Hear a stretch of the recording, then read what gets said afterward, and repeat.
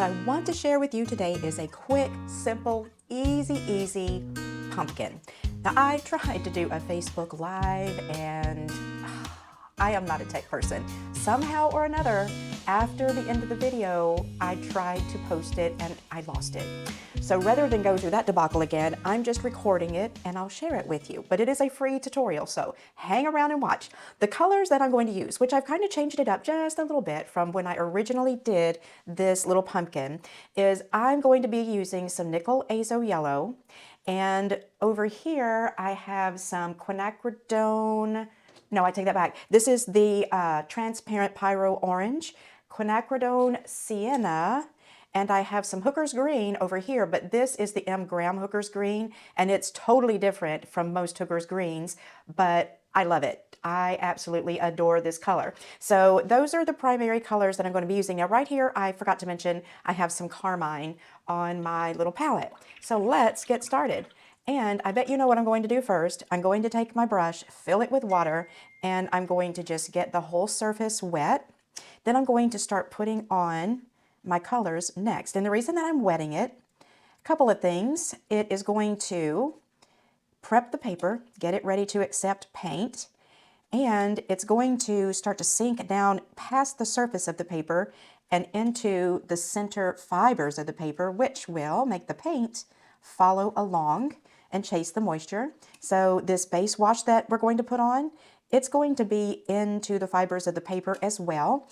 And that means that when we come back and we start adding other washes and glazes on top, that base color is going to stay put. However, at the end, when we're done, we're going to lift out some highlights, and it is possible to do that. I have a couple of brushes that I'll probably use and show you how they work. And one of them I can actually lift all the way back to the white of the paper if that's what I want to do. Okay, so now I've got this shiny, wet paper. And what you'll want to do now is just leave it to sit for a minute. Depending on where you live will determine how long you've got to wait. But you're going to look for the shine of the paper not to be super glossy and really wet looking, but you want it to have more of a satin finish. So let's wait and get this, or allow this to kind of sink into the paper a little bit.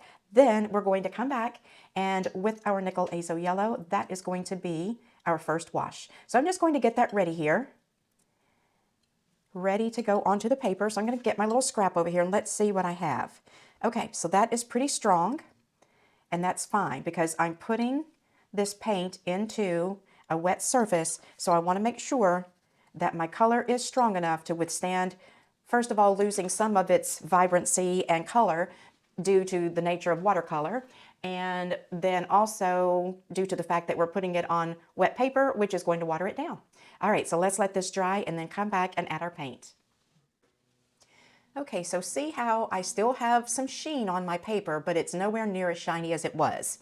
So I'm going to go ahead and start adding my yellow paint, and I'm just going to load my brush up because I want a nice, vivid underwash of this yellow to build on top of.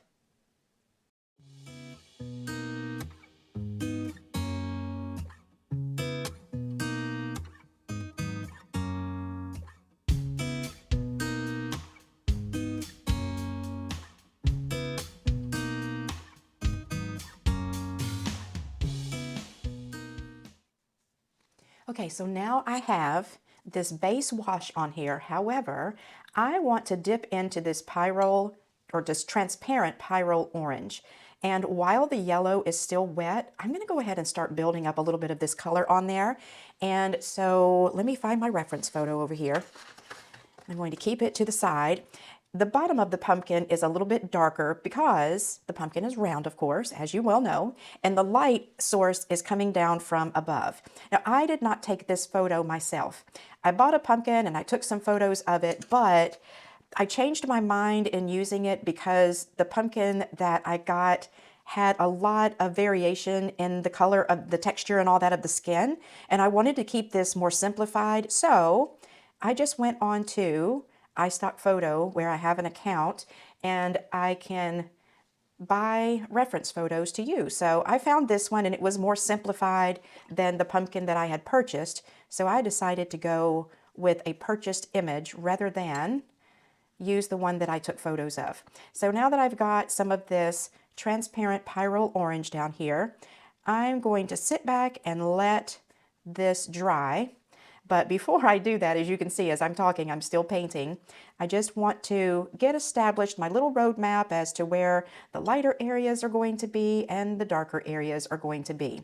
So this is all wet into wet. And I can see that I've gone over my line a little bit right there. So I'm going to use my finger and just push it back. And then I will fill back in. And I can always clean that up with my eradicator brush as well. Okay, so I'm going to leave it right there for now and get it dry. And then we'll come back and we'll continue working on it.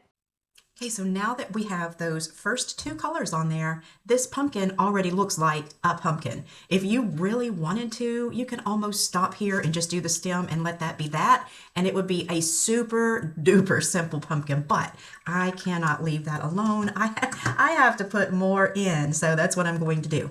I'm going to come over here and get a little more of this transparent pyrrole orange ready to go. And the consistency that I'm going to have over here right now is kind of like that. So when I put it on, it's still a little, you can see through it. It's not super thick. It's more of a watery consistency. So that's what I want to have. And here's the reason why. I'm going to go ahead and start painting wet onto dry now and see how it goes. If I don't like how it's working out, wet on to dry, then I'll just switch over to wet into wet. But for now, this is what we're going to do. And that's a little more watery than what I want it to be. So I just added a little bit more of my pigment in there. So I want to start showing where the little indentations are, or the scallops in this pumpkin. So I will draw a little line, which you'll see the lines in the drawing, where those little scallop areas are. And I'm just going to start kind of making note of those a little bit more. And noticing which side of that pencil line the shadow is on, because it may be across both sides of the line. It could be on the left or the right. So you just kind of have to look at your reference photo and determine where you need to put that little bit of a dark color. Then what you want to do is, after you get that on, and keep in mind we're still establishing things here, you want to take a brush with a little bit of water on it and soften it back out. And you can see what I'm doing here is I'm continuing to build up that darker color at the bottom where the light is not really shining on the pumpkin, because, as I was saying, the light is coming from above. So the bottom is going to have more of a shadowed effect on it. So we'll put this here, and this one I want to keep it kind of scallop shape. So I'll put it like that and then soften out that edge. Then I'm going to come up here and put some of this pyrrole orange in, take the paint out, just have a lightly damp brush, and then just kind of soften things away. And we'll just keep moving across the pumpkin in the same manner.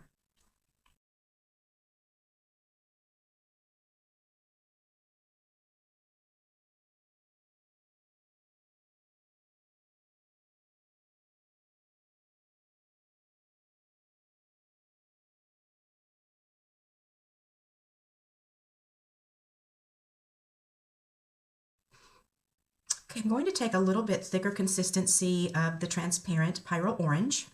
I'm going to load my brush up, but then tap a little bit of it off, because this little part of the pumpkin right back here has a lot of color in it. So I'm going to go ahead and fill that in. I'm going to come up here, because likewise, this little section of pumpkin, which is kind of in the back, has quite a bit of color right there as well. So see how I'm just coming over here, I'm dipping my brush into the watered down mixture of this orange, but then I'm kind of tapping my brush into the actual paint itself and taking some thicker consistency, because my paper is still damp, which allows me to add some more paint. If yours is not still damp, then don't do this, but I can add some more paint, take all the water out of my brush, and then just soften that away a little bit. So this just allows me some extra time to create more shape, more form. So I'm just dipping my brush into my water, and then with my paper towel, I'm just kind of dragging my brush through my paper towel and lifting all that water out.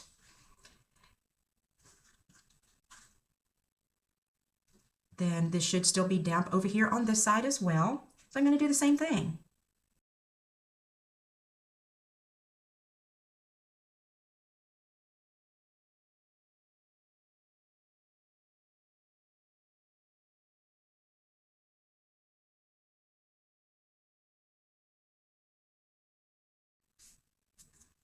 Okay, so right now it's a little exaggerated, but I want to let this dry, and then we're going to start adding in some of our other colors. Sorry about that. Let me silence my computer.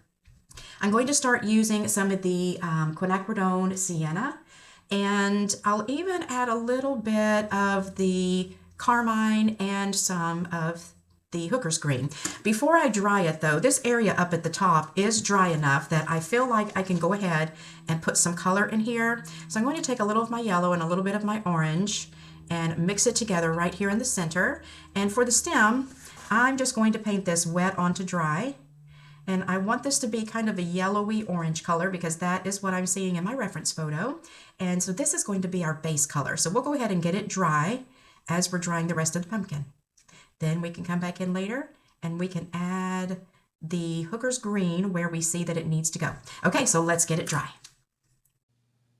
So everything is good and dry now. So I'm going to continue to work on the pumpkin itself and move on to the stem at the end. So let's see here. I need to darken things up just a little bit. So here's what I think I'm going to do.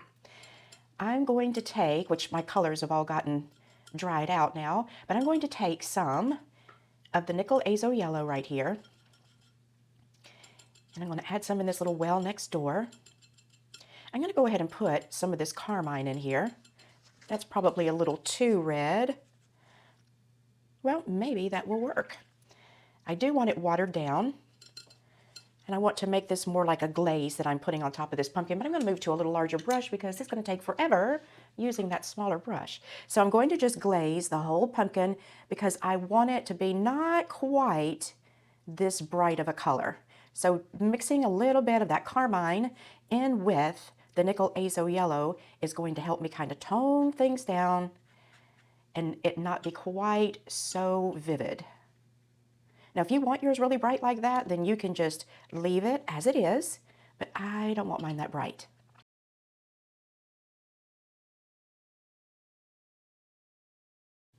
I think. Let me contemplate this for a moment. Let's see here. Yeah, I don't want to do that. And I've got the rest over there. I'll tell you what, or the sienna. I'm going to mix some sienna, some nickel azo yellow, little carmine, and I'm going to take a little bit of the hooker's green, a little bit more hooker's green, because I'm wanting to make this a little more of a brownish orange. And then I'm going to use this right down here in the bottom. So see how we are just building up our values and adding more color with each layer that we add. So while this is wet, this is going to allow us the opportunity to add this color, but to have a smooth, gentle blend from the darker shade into the lighter shade. And I'm continuing to emphasize those little scallop parts of the pumpkin. Now I am going to mix up a little bit thicker consistency right out in here. And I'm leaving out the nickel azo yellow this time. And this is going to help me make even a deeper value of this, basically the same color. It's just going to be a little darker. And I'm just scooping some of that up on the brush and just tapping it in.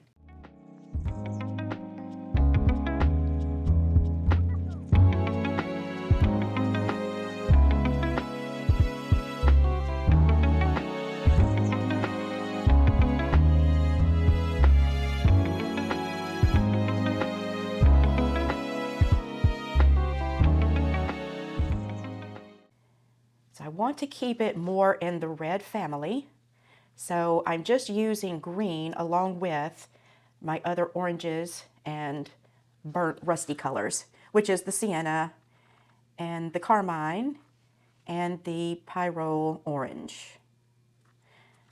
And by just tapping this color in on top of this wet surface, it's going to kind of splurge out a little bit, and that's what you want to have happening right now. Okay, I'm going to get a little more the Pyrrole Orange and bring that in here. And I'm looking at my reference photo and noticing where I need to darken up some of those little scallop parts. So I'll put a little color down, then I'll rinse the brush out and come back in and just move it around a little bit.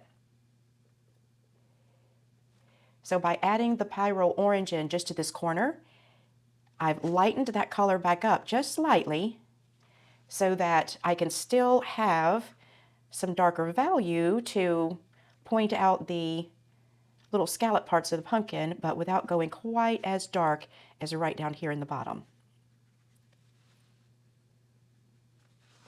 I'm going to rinse that brush. I'm going to take some of the Pyrrole Orange. I'm going to drop some of the Pyrrole Orange in just above where I put that really dark color, just so I can get sort of a gradient kind of a feel going on here. And this will give the pumpkin even more of a round feeling by dragging a little bit of some darker color up, but not as dark as this at the bottom. And dry the brush and just use the very last few little hairs on the brush to drag some of that color up, just like that. And then you can also work in the opposite direction. Okay, so guess what time it is? Time to dry again. And before I come back, I'm going to fix that little blob of a spill right there that I made. So I'm going to hit it with the hairdryer and I'll be right back. So while my pumpkin was drying, I just took some of the carmine and I've put it out here in the center, and I'm going to do a little dry brushing. So when you do dry brushing, the consistency of your paint is not super wet, and you'll load your brush with it, but then you want to tap off some of the excess moisture and a little bit of the paint. And then when you're, let me find a clean place, when you're putting it onto your paper, see, that's a little bit too wet and too much on the brush still. You want just a little bit on there. And it's almost like using a crayon or a coloring pencil. So you'll get some on your brush, tap off the excess, and then down here is where I'm wanting to work. And I'm just gently rubbing some of that paint off of the brush and onto the surface of my paper.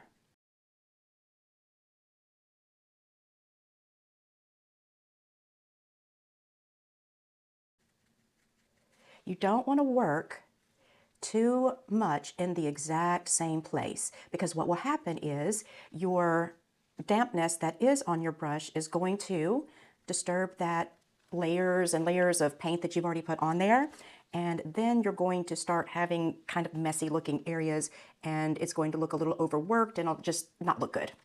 So you want to work a little while in an area but move around. So see how I'm placing paint on. And yes, I'm kind of working in the same general vicinity, but I'm still moving my brush around.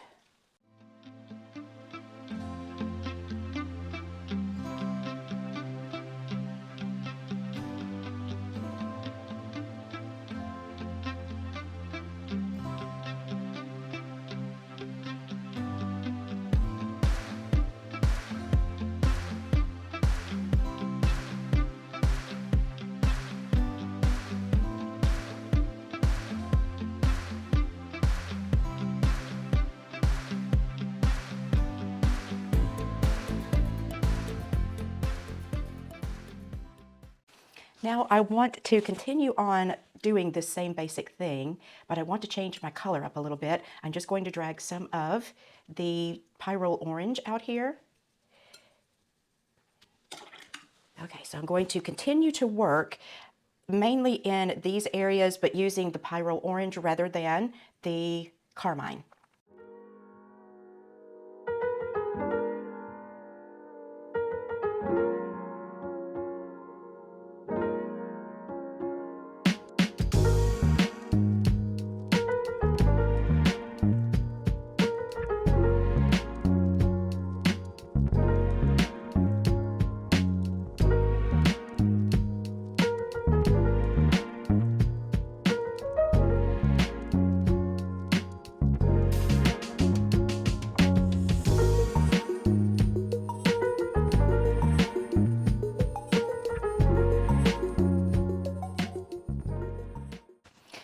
Alrighty then, Let's see how we're looking. Pretty good, pretty good, pretty good. I feel like this little area here could use just a little more dry brushing just so that it doesn't look quite so segmented. You see what I'm saying? I don't want it to look like it's got strings or something tied around it, squishing those little parts of the pumpkin in. So I'm going to add a little more of this orange and try to just extend the width of those a little bit to make them look a little more natural. And I still want it to look like a painting because I think that's part of the fun of fall time crafts and artwork and that kind of thing, is that it does look painterly. Put a little more of my red back in there because I wasn't paying close enough attention and I had too much moisture on the brush and I lifted some of that red. So let me put some more back in there. Okay.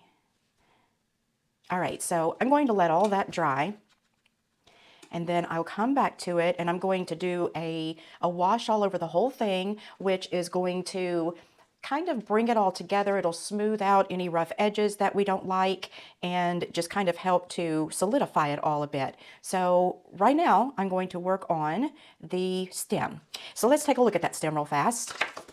You can see right here that it's kind of twisted. This little vine was twisted and there are dark green areas running down through there. So the vine is kind of scalloped in its shape as well.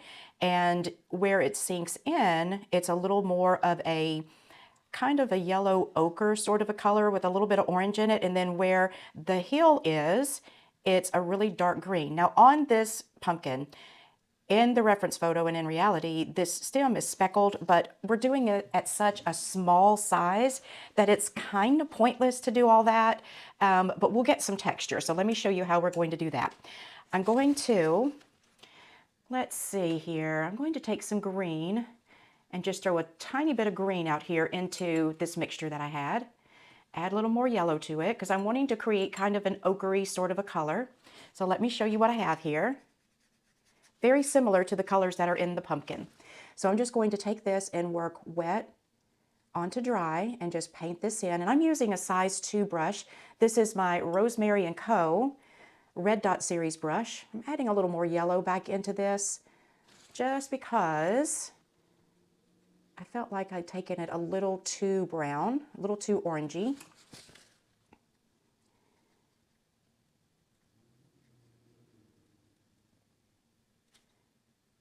Okay, so what we want to do now is we want to let this sit for a moment and start to sink in, and then I'm going to switch over to my Rosemary & Co. Designer Series 344 brush, and this is my size 2, or let's see, no, that's the wrong one. Hang on. Here we go. The reason why I'm using this brush is because see what a great point this brush has on it. It's got such a good point that it's almost like using a liner brush. Oh, I almost stuck my brush into my coffee cup. We don't want to do that. So over here, let me scoot this in so you can see, I've got some of the Hooker's Green, and let me show this to you.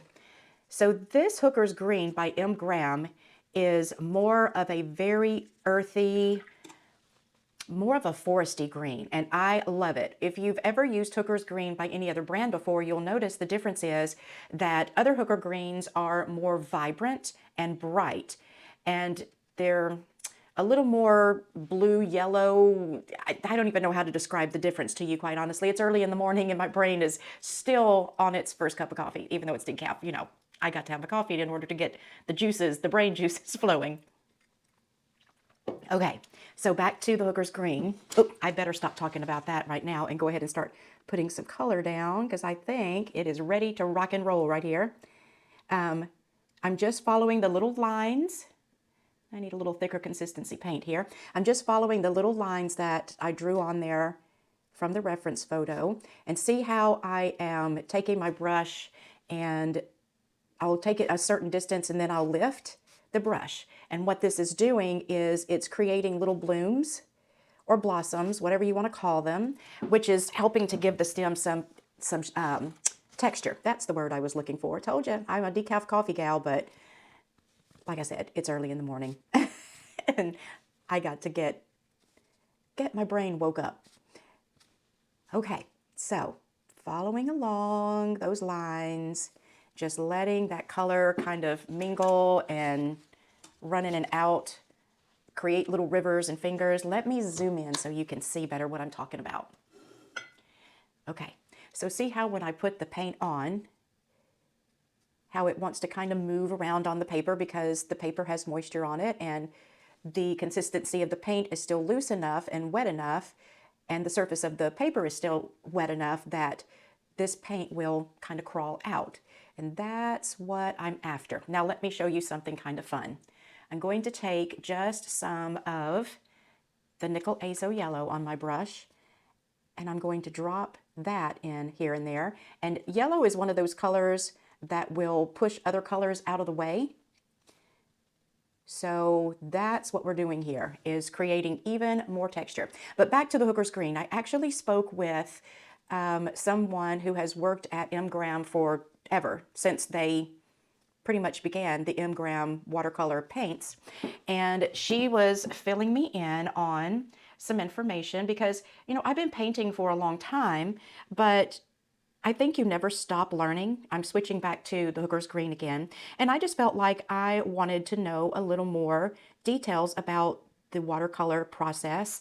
And so it was very enlightening and very educational. And this was one of the things that I asked her about is, why is your Hooker's Green so different from other brands? And she was telling me that it all has to do with how it is processed by the manufacturer. And so it goes through what is called a milling process, kind of like if you were grinding pepper or coffee. So that kind of a process. And they mill it. And then what else did she tell me? I should have got my notes out. Anyways, I didn't realize I was going to talk about this, but it goes through a milling process and then something else after that that I can't remember what she called it, but it kind of goes back and forth, or it goes through the milling process several times and then it goes through the other process. I can't remember what it's called, but that will determine what a color will look like. So if you have, okay, so Nickel Azo Yellow is PY 150 and mine is MGram.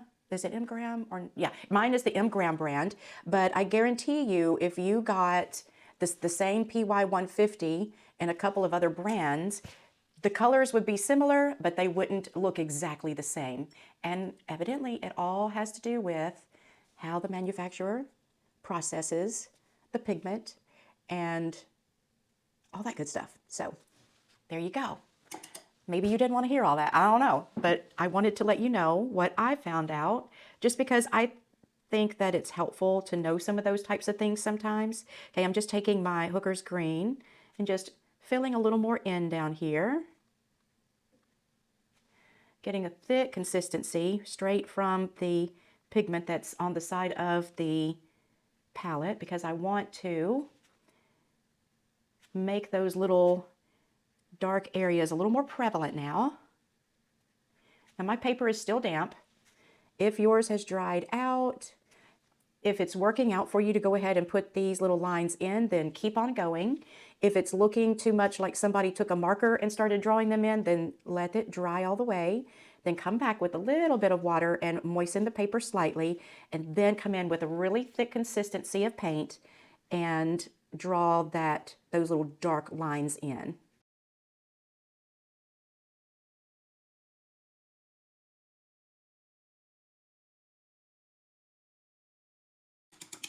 Okay, so we're all done with that. I'm going to zoom back out a little bit so you can see my palette. Okay, this down here is still just slightly cool to the touch, so I know that it's not 100% bone dry. So I'm going to take my hairdryer to it, and then we're going to come back, and I don't want to put water down here when this area is still damp too. So I'm going to hit it with a hairdryer, make sure everything is 100% dry, and then I'll come back and do the all over wash, dry it again, and then do the shadow. Then we'll be done. Now everything is definitely dry, so I just mixed up a really watery mixture of just the Nickel Azo Yellow. So here we go. I'm just going to use my size 8 brush, make quick work of this. The thing that you want to keep in mind here is that you want to very lightly touch the surface of the paper, and don't like go back and forth like this, because what's going to happen if you do that is you're going to get that layer, those layers of paint loosened that are below, and then things are going to get all smeary, and that's not what you want to have happen. We just want a light wash of this yellow on here. I think I'm even going to add one up here as well. Okay, so we want to let this dry, and once it's dry, we'll put the shadow in underneath, we'll lift out some highlights, and then this pumpkin will be done. So once again, gotta let this dry. I'll see you in just a sec. We're ready to do the shadow. So I'm just taking clean water and I'm putting that under the pumpkin, and I'm looking at where the shadow is. And honestly, it's not a huge shadow, but you still want to place your water a little outside the boundary of where you want the shadow to end. And the reason why is because you want a soft edge. So I'm going to tilt this up in just a minute so that you can see, hopefully, if I can get some light to reflect. Well, I can't get light to reflect on it, but basically you saw where I put my water. I came out this way a little bit, came down probably just about a little bit past 1/4 of an inch from the bottom of the pumpkin, because the shadow part itself is only going to be about maybe 1/8 of an inch from the bottom of the pumpkin. So what I'm going to do while that is sitting is bring some green paint in here. That's a little bit too watery. Let me soak some of that water up. So I'm bringing some green in here. I want to create a black color. Then I'm going to take red and mix that in there. Now I can tell right now I've got more of a brown than I do a black, so I'm going to put more green. Just keep adding the green until I get it to where I think it needs to be, and then I'll test it. All right, let's take a look and see. Okay, I'm going to put a little more green in there. All right, so with the red and the green, we have a warm black. All right, so now the water has kind of settled in. I'm going to take my brush. You can see the consistency of the paint here is relatively thick. And I'm going to come right up next to the pumpkin and drop this in.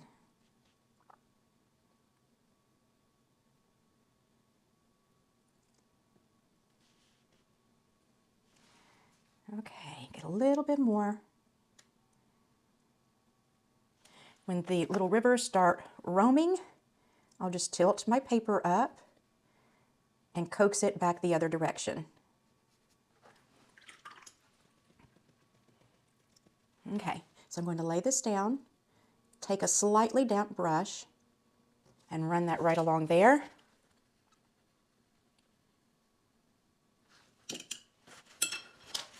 My shadow is getting bigger than I want it, so I'm just going to take a paper towel and blot.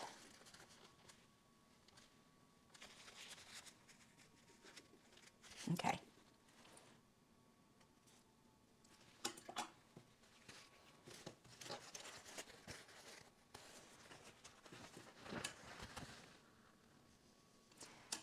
Smoothing that edge out, paper towel, and blot it.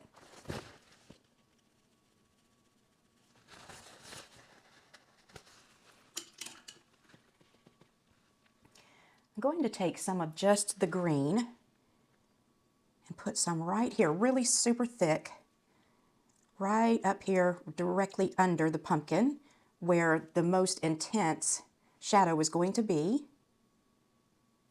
Then I'll come over here into my red and put some red right on top of that green.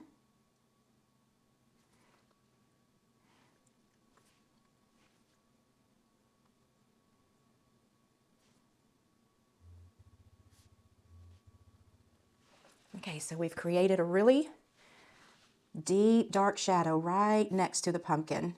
Now I don't like how this is looking down here. So what I'm going to do is I'm going to take one of my eradicator brushes, and this is the Rosemary & Co. And this is this the large? No, this is the medium.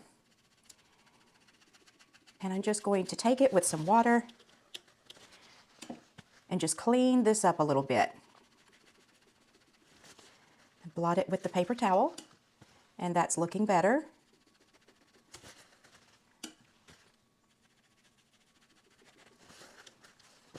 Okay.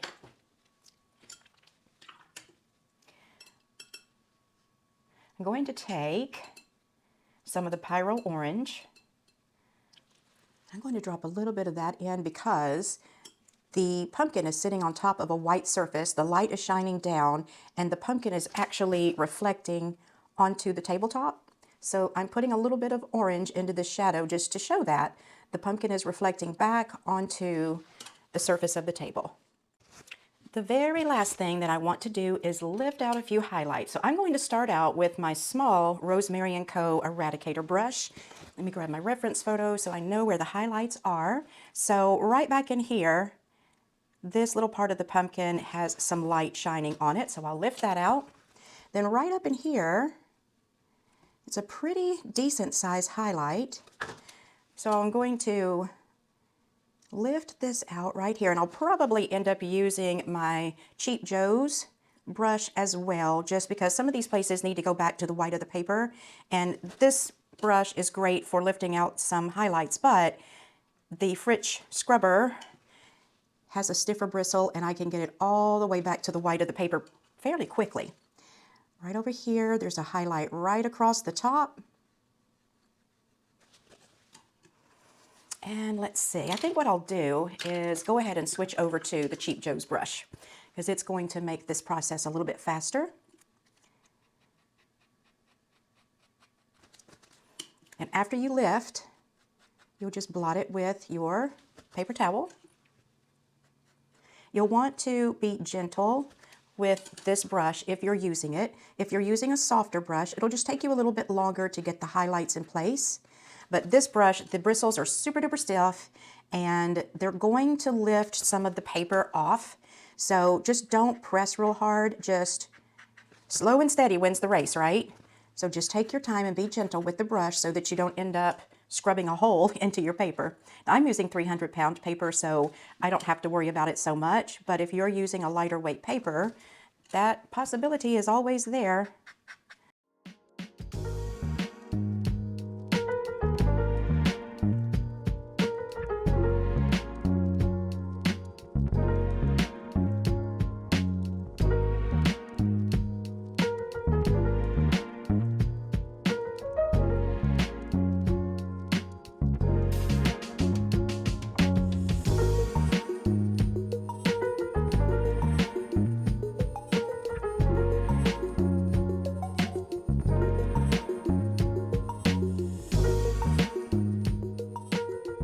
Okay, so we are done with this pumpkin. I am going to put my email address, my Facebook links, and my website address over here on the side for you.